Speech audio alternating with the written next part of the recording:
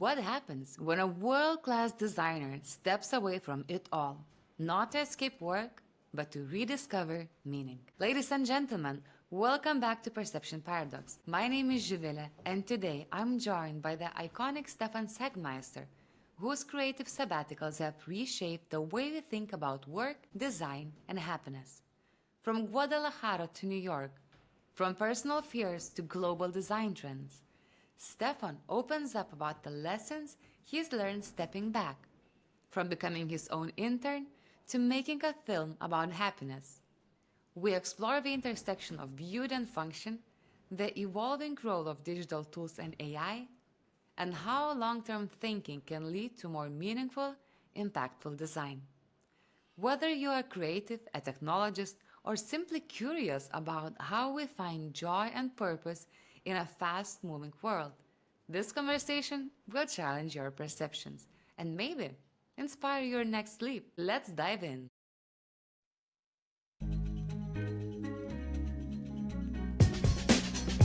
Real people, real stories, and real challenges that break the status quo.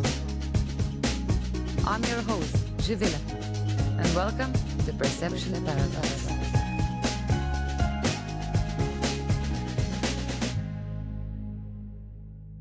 Hey, Stefan, welcome to Perception Paradox. Well, hello. I'm very glad to be here. Thank you for having me. Thank you for joining. So, how are you today? You are right now in Mexico on your sabbatical. I can see that it's sunny sky reflecting. I'm on sabbatical. This is my fourth sabbatical.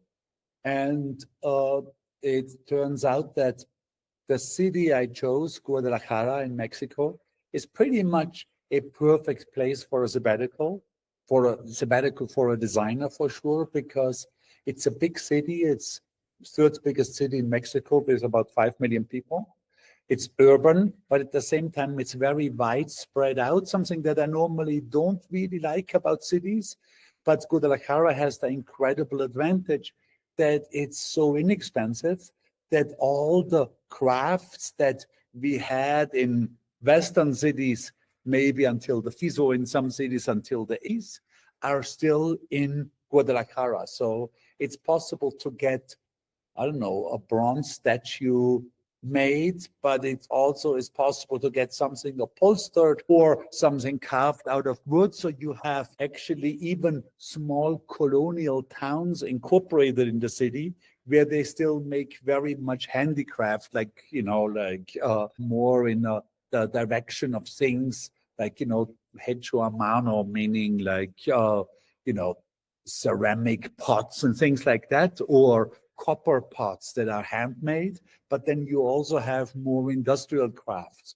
So it's just ideal for a designer because you can think of materials that you possibly could have made in the United States too, but they would be very specialized directions that would be very expensive. And so here it's kind of, you can try something out.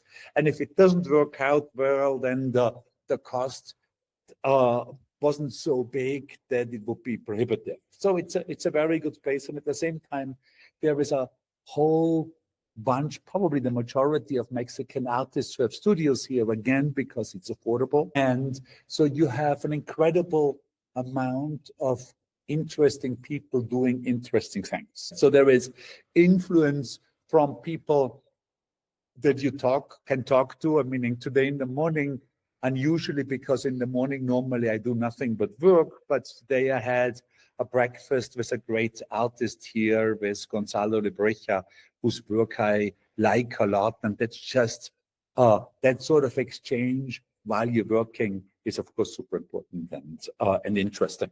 And it's all people I didn't know before, so the influences are new.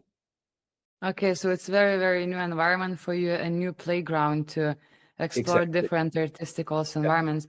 And for how long you're gonna stay right now in Mexico? Until October. Okay, so it's kind of enough time to really put your ground on and get engaged into the community. My sabbaticals are always a full year.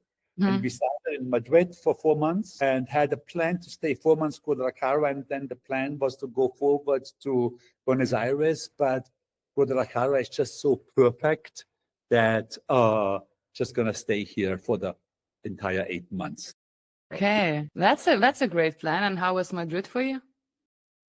It was good. Again, a place I didn't know, but it felt a little bit too European for my taste. Meaning that considering I am European and Yeah. I've lived in, obviously I've lived in Vienna, but also in Rome and London, it seemed a little bit too familiar to me. It's, I think that I prefer places where more is unknown to me than that.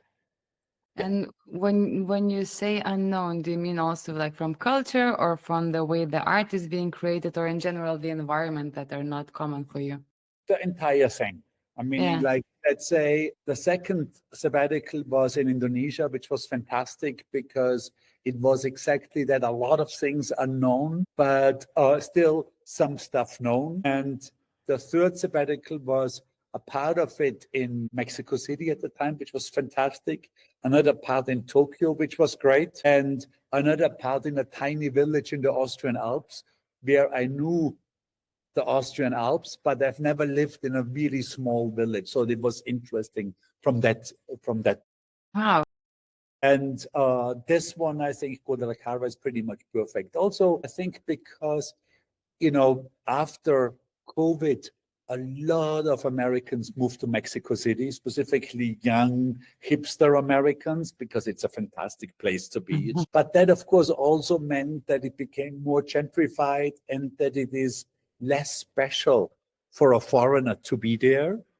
And I mean that, like here in Guadalajara, when people ask, so how long are you staying? And I'm saying 8 months, everybody's like, well, then come by the studio, because Ah, there aren't a lot of foreigners here. You're still sort of a novelty. So it's still special, and people invite you to their home, to their studios, which of course is great if you don't know anybody. that is so cool.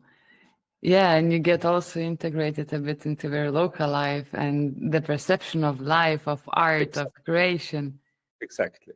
And because there is basically no foreign tourism here, Guadalajara doesn't have, world famous monuments, or there is not a lot of Instagrammers here. You never see them. Like, even in front of very Instagrammable places, you don't see Instagram shoots going on. So this, I think, comes in very handy. For example, like I remember for this New Year's, we were in Marrakesh, and unaware of the fact that Marrakesh is a big New Year's destination. And I felt it was basically a non-visitable place now. During maybe out of season, that's still possible. But I've been to Marrakesh 15, maybe 20 years ago and loved it. And by now it seemed, I mean, yeah, well, I would have to know more about it. But let's say I talked to a wonderful Austrian artist who started a gigantic park in the desert north of Marrakesh. And he said he's never going into the city, never. So Just returned from Marrakesh. It's super crowded. Like if you go to the inner city, it just became this one. It feels like someone is shooting a movie with a lot of tourists and kind of showcasing how it was back in the days. Somebody needed 10,000 extras for their tourism movie. Exactly. That's how I felt. And I felt like No in need, two different worlds. no need to Photoshop them there. No, they're there. And then if you go outside, then of course that's where you can really explore the local life, the local like gualis and like local neighborhoods with kind of both an art scenes upbringing and also the local and the expat mixed life. But yeah, that was my feeling of Marrakesh as well. So I'm sure you're much better off on the beach there. I love it. I mean, the coast is just incredible. The people, the culture, and when you come alone and you don't know anyone, you create so much space actually to understand the different people coming with different backgrounds and also who is on the ground there. So kind of I can relate a lot about that. So talking about your sabbatical, which is also, I think for everyone, it's very surprising thing because you started doing that before it was cool. Now it's a common trend to go on sabbatical. And I read somewhere that when you went on your first sabbatical, you had no plan and it was not a good idea. You mentioned later. And that apparently sabbatical is not a vacation, but you see it more as an opportunity to work on the projects for which you don't have usually capacity, time, and space during the proper year, right? Though your definition of sabbatical and structure has evolved because it's not just a vacation, it's more, it seems like a creative expression for you. In the first sabbatical, well, in all sabbaticals, I of course can do whatever I want, meaning like if I would be the type of person who gets a big kick out of lying on the beach, reading a book and drinking a margarita, I would definitely allow myself to do that. It just turned out very clearly that when I had the chance to do that, I didn't want that at all. Surprising for myself, because while I was really busy in the studio, I had an inkling that if I would have the chance, that I would want to do that. And let's say even to my second sabbatical in Indonesia, I had rented a beautiful house with a great view and a beautiful pool. And I brought books because I thought, well, the first 2 weeks, I probably just want to lie at the pool, read some books, and maybe make a plan or so. There was nobody, I went by myself, there was nobody there that I could impress with my studiosity or my hard work or whatever. It just turned out when I had the complete freedom to do whatever, I wanted to work on some projects. That I think on the first day, I rented a motorbike, I got a bank account, I did these things. And on my second day, I was at 7 in the morning at the table starting to work on projects, simply because that seemed more juicy than lying at the pool and reading the books that I brought. So I felt that one of the wonderful side effects of the sabbaticals was that I truly found out what I would like to do when I had the chance to do whatever. And that was not lying on the beach. For me, yeah, it's, when I was in Bali in Indonesia, I think it took me 6 months to see the beach for the first time. No way. I mean, it's an island, so Yeah. it's surrounded by it. Oh my God, where did you locate yourself? Did you go to the middle island? I was smack in the middle of the island. I, of course, at that time also was already aware that I think if you're a big surfer like you are, you probably are attracted to the beach there. But for me, Bali was always about the interior, about the gorges, the rice paddies, the incredible greenness of it, because the beaches in Bali are actually pretty much second or third rate. If you're a beach person, you're much better off in the Philippines or in Thailand. I had lived in Hong Kong in my youth, so I knew, and at that point I had a job that made me travel regionally in Southeast Asia a lot. I knew I knew the lay of the land, let's put it this way. Mm-hmm. Yeah, and it was clear to me that I will be more in the center of Bali. But in any case, it's the reason I went there, and I think that the reason ultimately that I look back with a lot of fondness onto that sabbatical was because, again, there was a huge craft scene there, and one that was very easy to work with, and you could commission things. But also you could, because of the length of the time, let's say the whole year, I could start projects that I just wouldn't start during a regular studio year because they're too big and time consuming. So the Happy Film was started in Bali, and I'm 100% sure I would have never started that during a regular year, simply because it's too far. It was a craft that I didn't know anything about, filmmaking.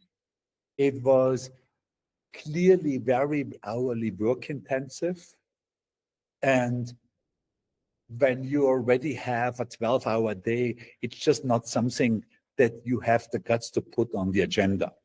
So looking back on the sabbaticals, I can say that most, not all, but most of the projects that are now close to my heart are connected to the sabbaticals, which, when you think about it, is a huge deal, because that really means if I wouldn't have done the sabbaticals, most of the projects that I now like, that I think were, that I find meaningful, or that I think that's good that we did that, would have never existed. And I would have done a lot more of the projects that I now don't find meaningful. So it really totally, utterly changed the trajectory of the studio, including, and that's probably the biggest surprise to myself, including it being financially positive. Oh, wow. Because that, of course, never was the goal. I mean, I didn't start Yeah. going to sabbaticals because I thought it would be, but it turned out to be, because the work that came out of the sabbaticals was so different than what other design studios do, which makes sense, because if you have a year to think about a project, you're going to come up with a different project than when you have a weekend to think about a project. And so that made sure that we did work that was so different from other comparable design studios, that we were leaving that game of clients getting 3 proposals and going with the cheapest, because they wanted to go with us. There wasn't really 2 other studios that could do the same thing, Yeah. which of course made our pricing structure more positive, seen from our point of view. So I would say it was a recommendable strategy for other people too, specifically because at one time after the Indonesian sabbatical, I gave a talk at TED, and that talk has millions and millions of views. So sometimes people come up to me and say, "Oh, I saw your talk and I did a sabbatical too." And obviously I asked them, how did it go? And every single one of those people, every single one of them had sort of glossy eyes when they talked about it. So very, very clearly, it made a big difference in their life. All of them, I have to say, also were very skilled to do it. So I think it's a big hump to, it's a big hurdle to jump over. And I'm now here in Guadalajara for the first time with a partner. And for her, it's the first sabbatical. Of course, like, I mean, unsurprisingly, she was scared shitless. You know, she had a very good, very high-paying job at a very respectable company, a very high-end company, one that, you know, creates best-in-class kind of product. And to leave that job and say, I'm gonna be incomeless for a year, and I'm not quite sure what I'm. She had the offer to return to that company, but that seemed also from her own point kind of unproductive, or that didn't seem like a very likely outcome. But to basically do that, it's a big deal. And my first sabbatical was probably the biggest hurdle that I had to jump over. Yeah. My fears. Yeah. How did you do it? Because so you were also up in your rising career. You were very successful, known with the agency work, bookings perhaps, right? Coming one after another, just an external assumption, observation. And then out of the blue, you say, guys, I'm taking 1 year off right now just to see, I don't know, to chill, take a chill pill. How did you Well, overcome the fear and external pressure? the idea, I think, wasn't quite to take the chill pill. I think the idea was more like, I have to do something else because I feel the work is becoming repetitive. I will start to see something that so far I saw as a calling, like the world of design. I will see it just as a work or just as a job. And I didn't want that to happen. The fears were, I think, very common. I, of course, felt now that the studio is successful, I'm going to kill that success and all the clients will leave and I will have to start from zero after a year. But the studio in New York, meaning, you know, design studios, also in the year 2000 were a dime a dozen. So it's not like that. I felt that we're going to be forgotten. I felt that people, you know, the year 2000, if you remember, was the first height of the internet boom. So colleagues were shuffling money, you know, doing websites for clients that didn't know how much a website could possibly be because it was that new. So people were charging ridiculous prices for completely stupid jobs. Golden age. And it so I felt it's going to look unprofessional that in this height I would close the studio. I thought that my parents will think that I'm an idiot, like now that the studio is successful, to do that to it. And I have to say, none of these fears or none of these assumptions materialized. None. Like we weren't forgotten because it was unusual. We actually got so much press for that first sabbatical. Like much media called and said, so what are you doing? That we were not forgotten. Clients didn't think it was unprofessional.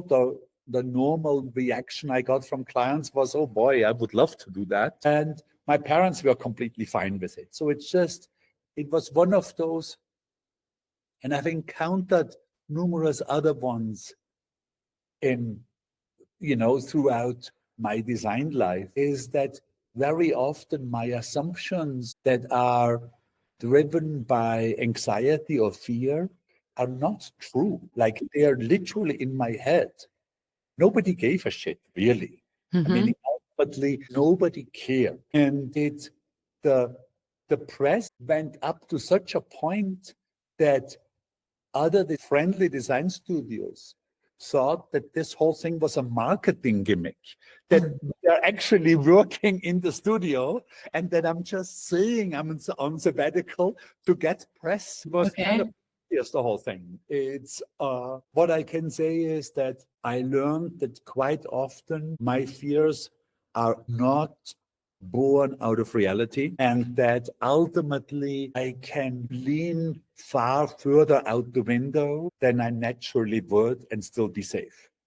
I think my feeling is that is true for many, many, many people, because we have from our prehistoric ancestors an amygdala that keeps us safe.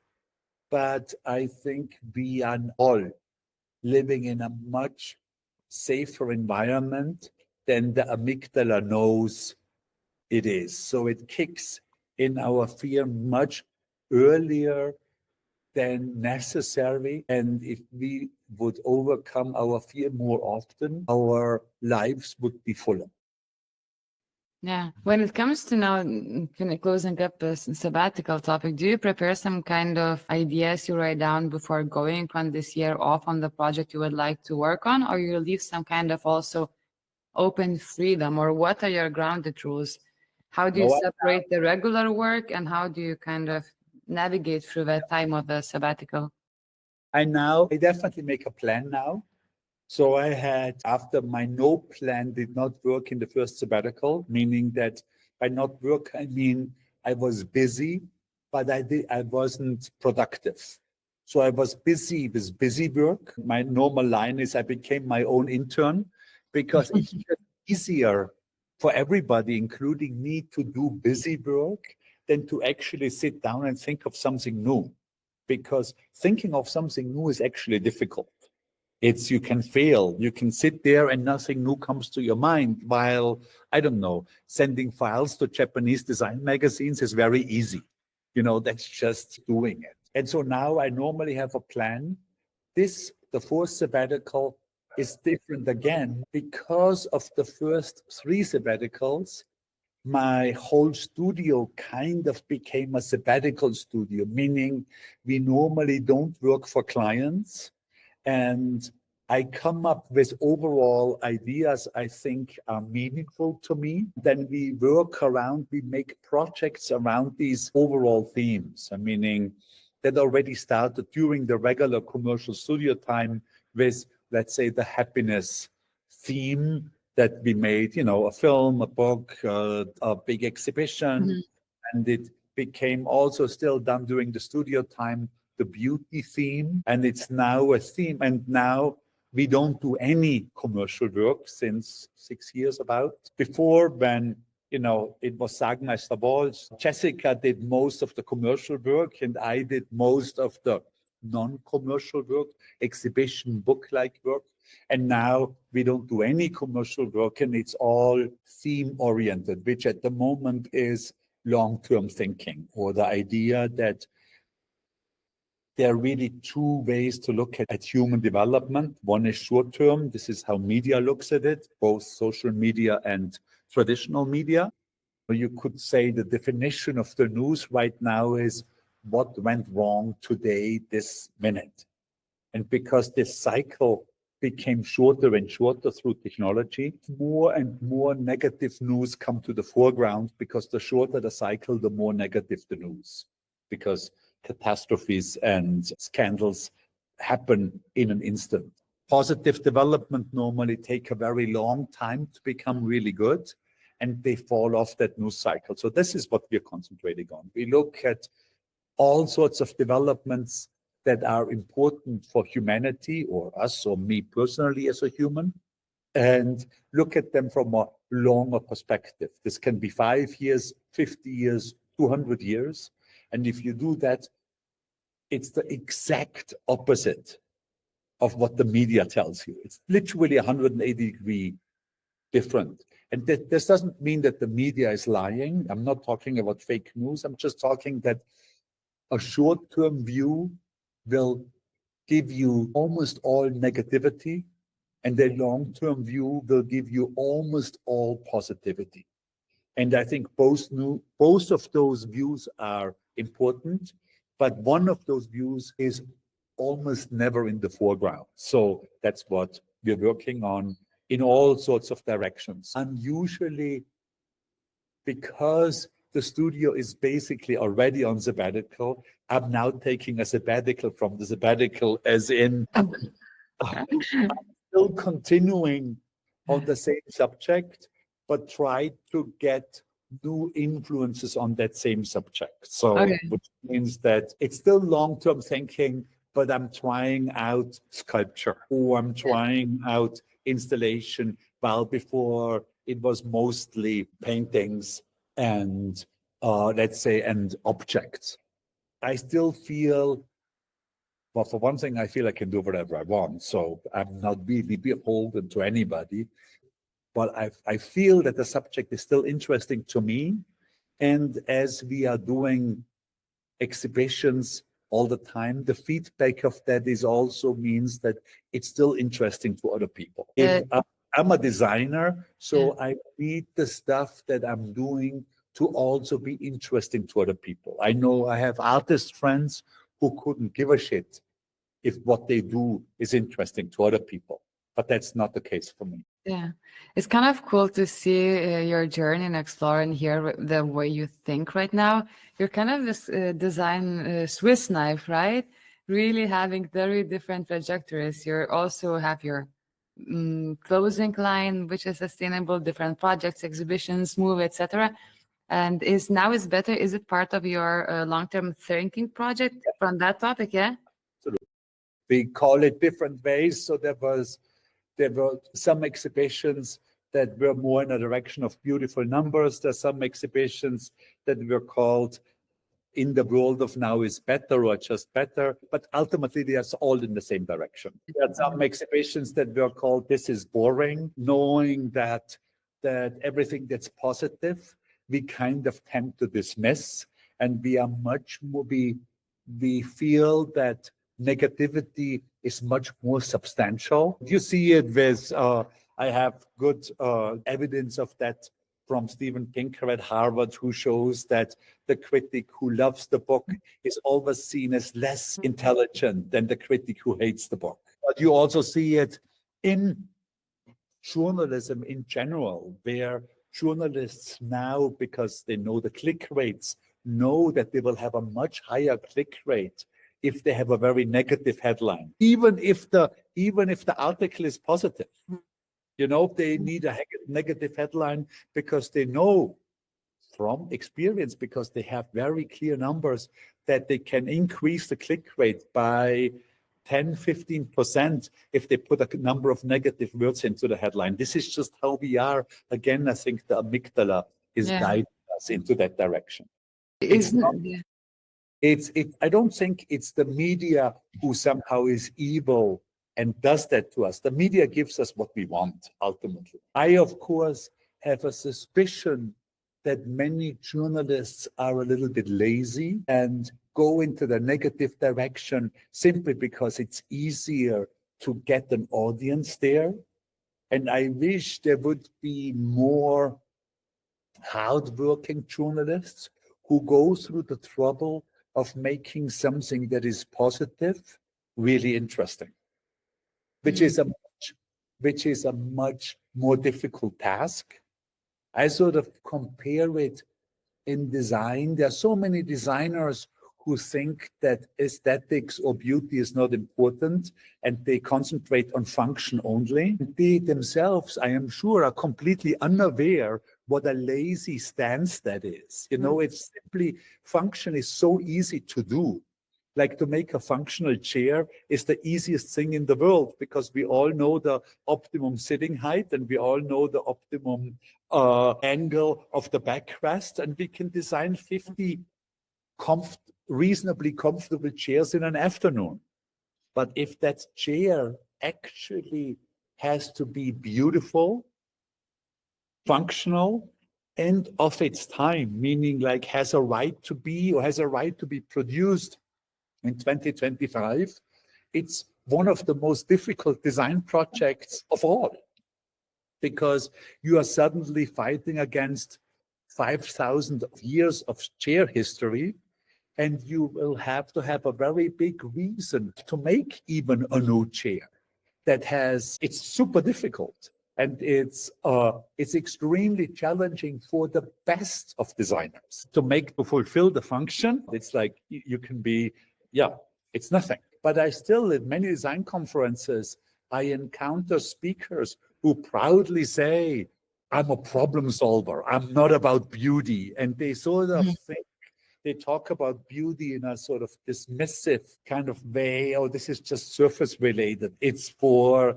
I don't know, girly man, or it's something that's not really important, and completely misjudge the fact that beauty by itself is a super important function that has many sub-functions in it, because a beautiful chair will always be fixed and repaired. So it has an incredibly important function about its longevity. There is a lot of recyclability built into that. An ugly chair will throw it out. And if you look at dumpsters, what kind of chairs wind up on the dumpster after 3 or 5 years? It's always the ugly ones. The beautiful ones, you can still see the Baroque chairs, but also, meaning you don't have to go that far back, but you see how many of the original Eames chairs have an afterlife that lived for 50, 70 years, done by modernists. And of course, they're functional, but the Eames worked very, very hard on aesthetics, very, very hard. Yeah, so if making it practical and just solving a problem is quite relatively easy, and bringing beauty, that I assume that we also want to elevate some kind of emotion, connection, some kind of relation. How do you approach such challenges and projects? Where do you begin? Is it from researching some kind of cultural grounds, or for the audience for whom that creation will be transferred? If we stick with the chair example, Yeah. the project goals are super simple. It's literally just that that beauty has to be part of that goal. So when you start designing the chair, just is not enough that it's just function is of course part of the goal, but at least on the same height has to be the functionality of beauty. It just has to be gorgeous and I would say in the case of the chair, because we have such a huge history, it has to be I would put on top of it, it has to be of its time. Meaning it's easy to design a functional chair that when I rip off a historic period, if it's whatever, a Rococo chair or whatever, or a mid-century chair or so. I'm not talking about that, because that again would be quite easy. And I don't quite see why I would have to copy a Rococo chair today that had its time. But of course, I can do a chair that is influenced by Rococo if I have a good reason and a great idea of why a Rococo or how a Rococo influence could make sense in 2025, which I happen to think actually makes a lot of sense considering that we're all surrounded by now, meaning the default style of interior design right now would be mid-century modern updated for now. Real estate brochures around the world, that seems to be the ruling default thing, what you see in the model apartment of the New York developer or of the Los Angeles developer or the Tokyo developer. So I, of course, would want to go away from that and create something that is different from that, but makes a lot of sense for now. And coming up with a great idea in that world is not easy. And how have you seen right now the role of design evolving since you've been around on so many different stages of design? You've seen media coming into place a lot, and there are some people who are, oh, it's replacing the design, especially now when we bring on artificial intelligence. So what's your spectrum on this change of the role, and how do you see what kind of world we live right now in? I probably was the last of a generation who learned design with almost no digital help. Pretty quickly, I mean, at the very beginning of my design career of working professionally, digital came in a very big way, but I did definitely saw that change. I also saw that design moved much more to the foreground of a very large population. Let's say my mom's world, my mom's generation still wouldn't know what Helvetica is, other than maybe the name of the Swiss post. If you would ask my mom what Helvetica is, she would say, "Oh, that's the name of the postage stamps in Switzerland, because there's a Helvetia on it." While there is much more of an awareness in general now, because everybody has used, I don't know, 12 typefaces when they designed the invite for their daughter's birthday or whatever. So I think that because of that kind of, the equivalent would be everybody played soccer in high school, so they're more interested looking at the professionals and what they do. So I would say that the design profession in general became much more mainstream and much more anchored in the general discourse, meaning you have design-centric TV shows, be it the reality shows like, for interior design, or be it star shows about particular designers and their work. And at the same time, we are standing at the cusp of a very new direction that is difficult to judge for me, because I'm not quite sure or it's very difficult to say how big of an invention and what AI truly will turn out to be. I think at the very lowest point, people or I would say everybody agrees it's much bigger than Photoshop. Some people think it's about the size of, some people think it's more like the printing press, and some people think actually it's like the invention of fire. It's something completely new that will go down a completely new way, that all of us will lose our jobs and do something different. I don't remember a technology change, definitely not in my lifetime, where the best people of a profession were in danger of losing their jobs. I mean, there's a possibility that top lawyers might be the one who oversee some law AI, but that 90% of the law profession will not be necessary. And it might be the same for doctors and psychiatrists and graphic designers. So it could be that there's a huge change coming.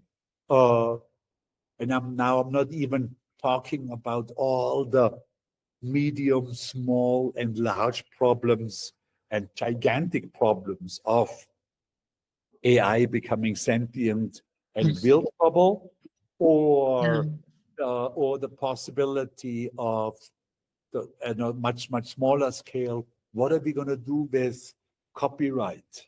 Like, how does that work? I've heard some fine ideas of all AI companies should be taxed 90%, considering they're taking everybody's knowledge. The bulk of the money should go back to everybody. I think that it's very new, it's very big. I find it super interesting. On a small scale, or very close to me, I see that people, like within my little world of design, I see that people who did crap work before AI are still doing crap work with AI. And people who did fantastic work before AI, if they allow themselves to work with AI, are actually doing quite interesting things with AI. So in many ways, the world of design has always been pushed forward by technology, be it the Roman typography with the stone chisel, or works of the printing press, or the laptop computer. The biggest move forward, both formally, stylistically, and conceptually, were always driven by technology. And ultimately, and there I'm not 100% sure, because the technology is so big and so new, but looking backwards, I found that we as humanity have more good than bad in us. Meaning that with the invention of the hammer, we decided to build more houses than kill neighbors. Some neighbors were killed, but more houses were built. And so from that point of view, I believe that while there will be an incredible amount of negative side effects of AI that we will have to look at and change our behavior, and those will have to be overcome. But in general, I do believe that the outcome will be more positive than negative, simply because that seems to be our trajectory. And I believe that much more solidly because I did look into many human developments over the past, I would say, 2,000 years, and came off with the belief that overall we are better off now than we were 100 years ago. And 100 years ago, we were better off than 100 years ago prior. And many of the things that turn out to be negative side effects, we have to battle. Meaning, obviously, some of them battle very long. If you look at the invention of the car, that very clearly brought an incredible amount of advantages to many of us. That kind of mobility was obviously unprecedented before 1900, but also brought with it a lot of joy and an incredible amount of negative side effects that we are still battling today. But some of them we are battling quite successfully. If you look at the quality of the air, that was so much worse in the 70s in almost all cities around the world than it is now. That was to a large extent, or was very much influenced, not just by the car, but also very much so. And of course, there's still an incredible amount of traffic accidents. But again, we seem to be on the right track to mitigate those. And I'm sure once we have the self-driving car in place, those will be reduced significantly. So yes, that was a lot. No, that was very interesting to hear, and especially you sharing and diving even a bit about what you explored with the Now is Better book, right? Where you were comparing through the design and aspect, what do we have now with the voting rights for women, and what did we have beforehand, or democracy, etc. So I read that book, and it was it's been a long time I had a physical book when it comes more focused on design. So I remember I've got it and I was like, wow, That's such a beautiful art piece, actually, plus with the data where you have to think and see and understand how did you manage to compare the data. So talking about those interesting facts that you were looking 100 years ago and how we live right now, what would be the most surprising thing that you learned while working on this project that made you feel really hopeful for the future? Because I it's would now, yeah. I would say two directions, two or three directions. One would be that this is data from a Nobel Prize winner, that the average calorie count in France in the beginning of the 18th century was lower than it is in the Republic of Congo now, which the Republic of Congo being the most malnourished country in the world. If you lived in France in 1810 or so, your food intake was lower and you were worse off than in the poorest country in the world right now, which I found amazing. Mm-hmm. Number two is that the footprint, the CO2 footprint of my grandma, who's never flown in a plane and never had a car and mended all the socks of all the family, was bigger than mine. That's why. And this, of course, is because my grandma's generation burned so much shit, so much inefficient crap of wood and coal, that even though they did nothing, their CO2 footprint per person, of course, was bigger than ours. I should not say mine because I fly so much that probably in comparison to my Okay, maybe you're not the best example. but if I talk to generations, that is absolutely true. And number three would be, and that's a little shaky because I don't really have good numbers yet of the conflict in Ukraine, but that 100 years ago, number of people who were killed in wars and in violence in general was much higher than it is now.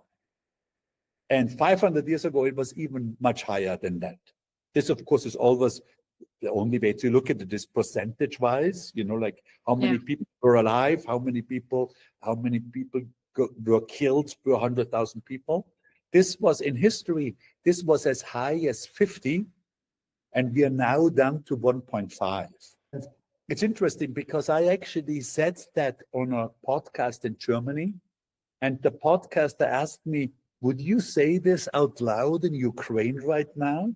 And I said, no, I wouldn't, because people in the Ukraine probably have no interest in that sort of numbers. If you have bombs falling off your head, like they did in Kiev yesterday, Crazy.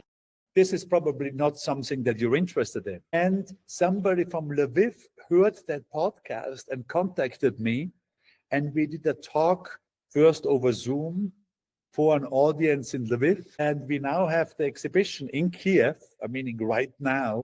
It is actually from what I can understand, I was in Kiev for the opening and we did public talks about this. It was very, very well received. Strangely, because I would have thought that this is not of interest. Like you can only say this in countries that are safe right now. But it turned out that it was actually the exact opposite. Possibly because everybody that I've talked to in Ukraine is so tired to talk about the war after this having gone on for, 3 years now, that they're just basically happy to have a design exhibition again that is not explicitly about that subject, which I totally understand because I remember after night in New York, which was a much smaller event than what's happening right now in Ukraine, you couldn't really talk about 9/11 anymore after 3 or 4 months. It was just enough already. In any case, so that exhibition right now still is in Kiev, I think will be shown at another festival in Ukraine, and then ultimately will go to Madrid for an exhibition in a commercial one. Okay, that's exciting. So it seems that as a designer, you approach a lot of societal problems and impactful things through a very more positive lens Do you ever design for difficult emotions, like, I don't know, sadness, boredom, or some kind of existential crisis, anxiety?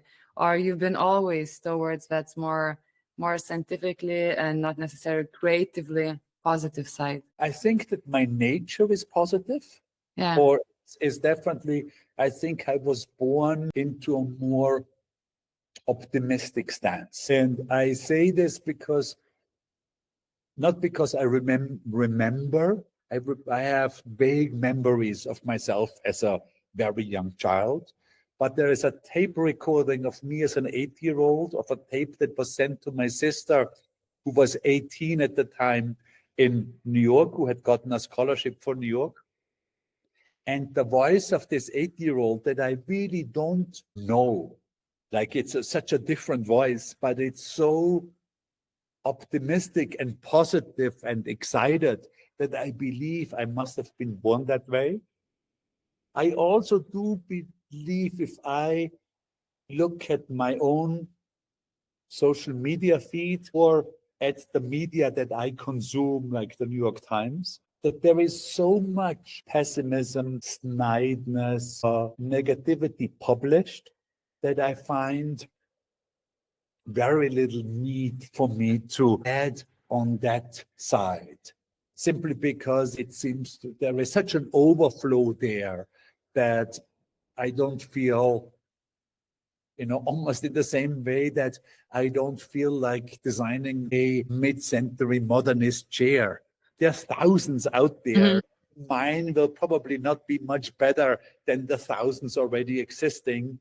And I feel sort of in a similar way, I don't need to add to all that pessimistic, landscape that's out there. It's that side is served to the fullest by others. It would feel boring, I think. Stefan, just to be aware of the time, do you still have 10 minutes for a few questions? Yeah, absolutely.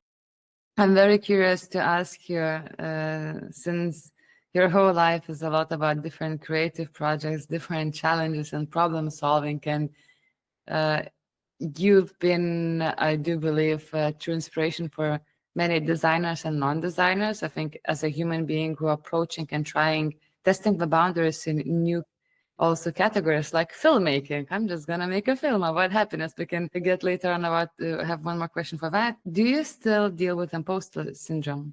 And how do you cope with that? Let's say when you're either working on some projects, and obviously when you're perhaps more well-known, also you have as a kind of societal pressure as well to deliver or to make something unique. How do you cope with those external and internal emotions?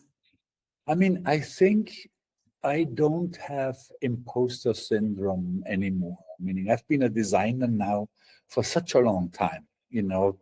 If I count the first pieces that were published and printed, I was probably 15 or 14, 15. I am now Crazy. in my early 60s. So that means I'm getting to the point where I have been a designer for 50 years. Well, but are you gonna make an anniversary party or something? I should. Or some kind of anniversary exhibition? 50 years? I should. I'm sure I can research when my first printed piece came out, but it was in that neighborhood, 14 or 15. If I take that as a starting point, yeah, I'll get to 50 in a couple of years. So cool. So the imposter syndrome, I think, is gone. Like, I very much feel like a designer. And of course, design as a profession is so wide that I could try out all these different things without having to call myself something different. Let's say when we made the film, I never saw myself as a filmmaker. I always saw myself as a designer who tried to make a film. And in this case, it was very, very difficult because I had incredibly underestimated the craft of filmmaking and how different it actually is from the craft of designing a book. I had imagined that those two are much more closer, and they really are. There is gigantic differences, and those differences were very difficult to overcome. A film that is watchable, by watchable I mean like a film that a regular person would sit through for the whole 95 minutes without being bored, or which is by itself, I found a very difficult task. And I found that we as viewers, because all of us, at least in the West, have seen so many films, that we are quite spoiled. And there are certain expectations that we have for a film that we don't necessarily have for a book or an exhibition. I found it incredibly much easier to do an exhibition than a film. And I found the audience in a museum environment to be much more thankful than the audience in a cinema. The audience in a cinema is demanding not to be bored. If the audience in the cinema is bored, they will leave after half an hour and say, this is bullshit, I'm out of here. In a museum, they sort of think, maybe I'm just not getting it. Maybe they're much more forgiving towards the artist or towards the maker than they are in the movie theater.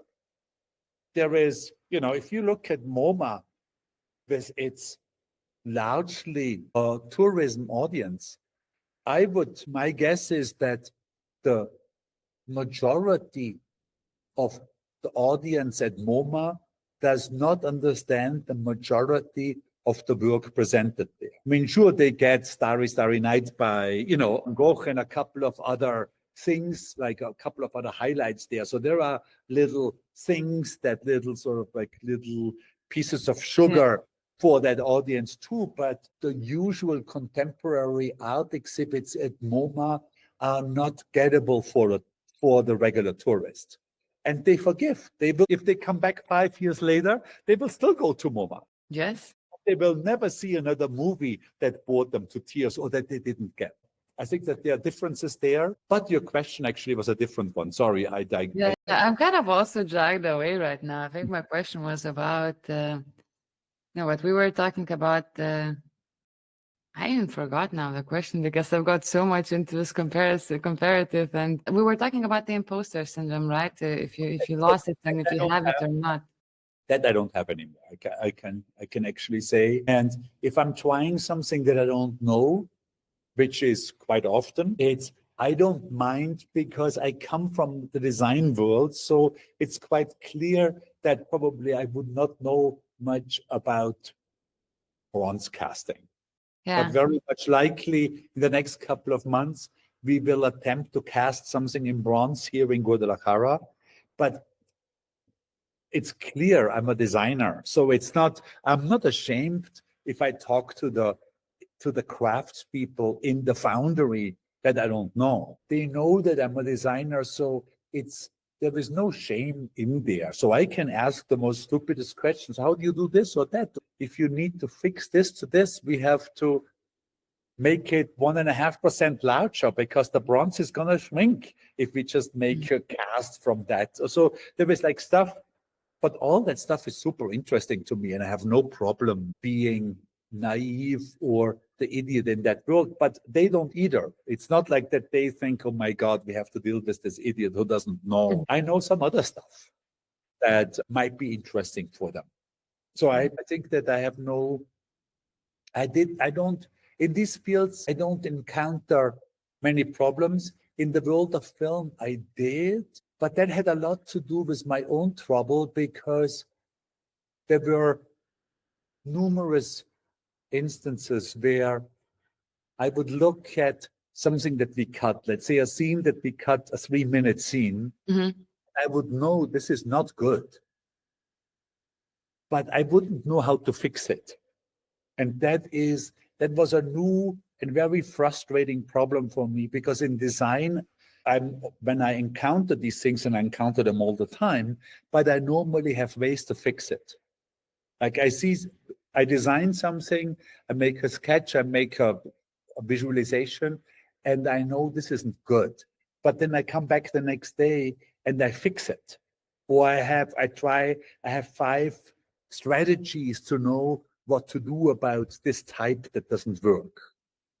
Or at the very least, I know somebody who can tell me what's wrong with it. In film, it was more difficult. I sort of like thought, fuck, this is a piece of shit. But I didn't quite know how to go about making it smell better. Okay. Well, but you managed to finish it, so that's great. But, and also actually, I have something to say. I think that the only reason that I managed to finish it, because it was so frustrating, was because at the same time we had an exhibition going on with the same subject and some of the same material. It was quite different, but some of the same material. And the exhibition generated unbelievably positive feedback. While we were struggling with the film, there was constant positive reinforcements coming in from the exhibitions that were in different museums around the world. And that really encouraged me to finish the film. I think if we wouldn't have had the exhibitions going on, I would have said, this is just impossible. Let's close this chapter. Wow, so congratulations and kudos on finishing the film. How did it change your perception on happiness actually? Did it change anything? Because it seems it was a lot of about you experimenting on the happiness, different methodologies, that some of them more outspoken there, some of them are not. Right now, what, 7 years later, I think something like that, we have all of them very spoken out loud. You kind of, when I checked again your film, I was thinking, what do you remind me when you started doing this research work? Because I do recall the happy film, myself being drawn to a lot of positivity. And I'm like, I think you could be compared a bit to Brian Johnson back in the days, who started this movement of living better and a healthier life and enforcing the positivity through more like kind of natural ways. I mean, I'd say looking back, and now I have the real huge advantage of hindsight. So I actually am better off now than I was 10 years ago when I started the film. And it's not because of the experiments that I did in the film, but it is about something that I already knew before I started the film, but I only knew and understood it.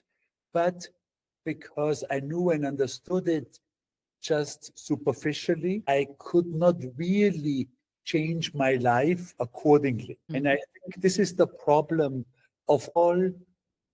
I think this is ultimately the problem of the entire self-help industry, that it creates books or films or presentations that are, many of them are good in their content.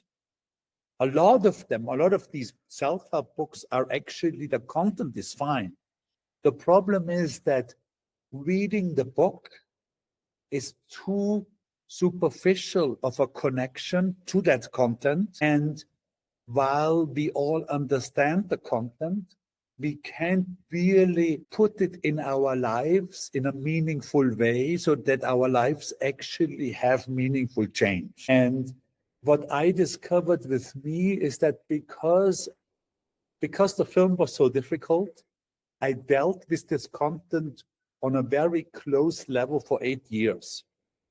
And in those 8 years, almost unbeknownst to myself, I was able to incorporate, not always, but to a deeper sense, the content or the conclusion that Jonathan Haidt came to in his book, which turned out to be my favorite book out of the 100 that I read. And the conclusion I had already known before I started the film. And basically what he says is that you can not run after happiness, but what you can try to do is to lift your relationships, both the super close ones, your partner, your parents, your family, but also the far away ones, acquaintances, encounters, onto a higher level. And if you can do this successfully, unexpected little pieces of happinesses will come out from in between more often than before. And the same is true. You can do the same with your work, and the same in something that's bigger than yourself. Some political engagement, environmentalism, whatever it is. And because I dealt with this content for so long, I actually was doing that, lifting my relationships up, lifting my work up, and working on something that's bigger than me.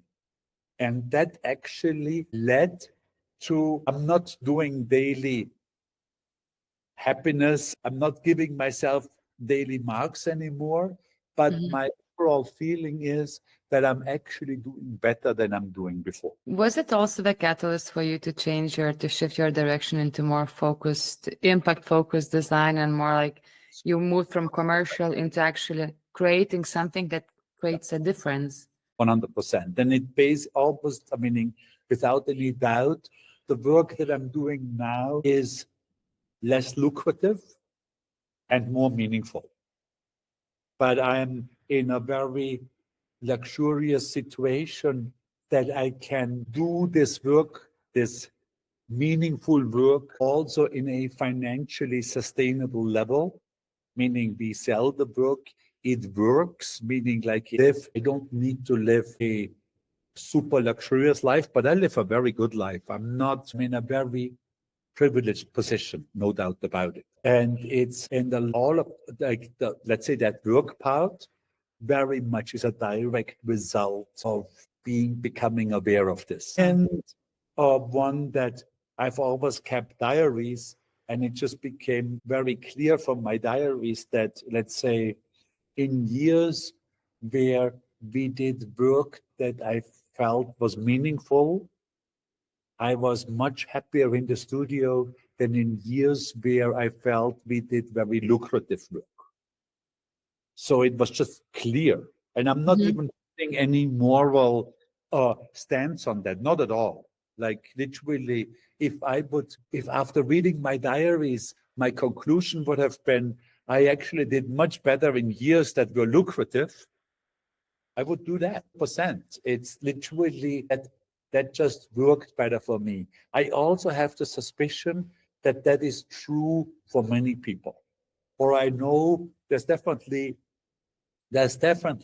research out there that shows that meaning in jobs is much more important to people than raises. I remember even one study from the UK that really quantified that exactly, like by they had some sort of like way of measuring meaning versus raises. But Mhm.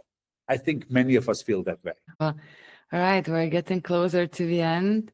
And just wrapping it up a bit with the design spectrum, you're also doing a lot of, I would say, societal work, impactful work, giving back to the community and embracing young designers, especially who are starting off, right? So, which is super cool. What do you define? What is a good design? Can we define a good design? What are your ways of evaluating the artworks that people send to you for the feedback? What do you look into that? Ultimately, I think the easiest way I can describe it is that good design is design that helps somebody and delights somebody.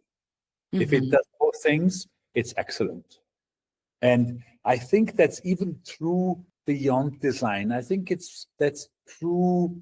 Uh, I'm sure that's true for your podcast. If you feel that your podcast, that an episode that you recorded is helping somebody and it delights somebody, I'm sure you feel, oh wow, that was worthwhile to do. I think Yeah, that it's also, there is something universal in that. It's very, very true for design. I think that uh, that's how I judge other people's work, but it's 100% true for our own. If if I feel we could do both, oh, then I did fine. that's great. So, final thought. I have this tradition on a podcast to leave listeners with a thought to ponder during the day.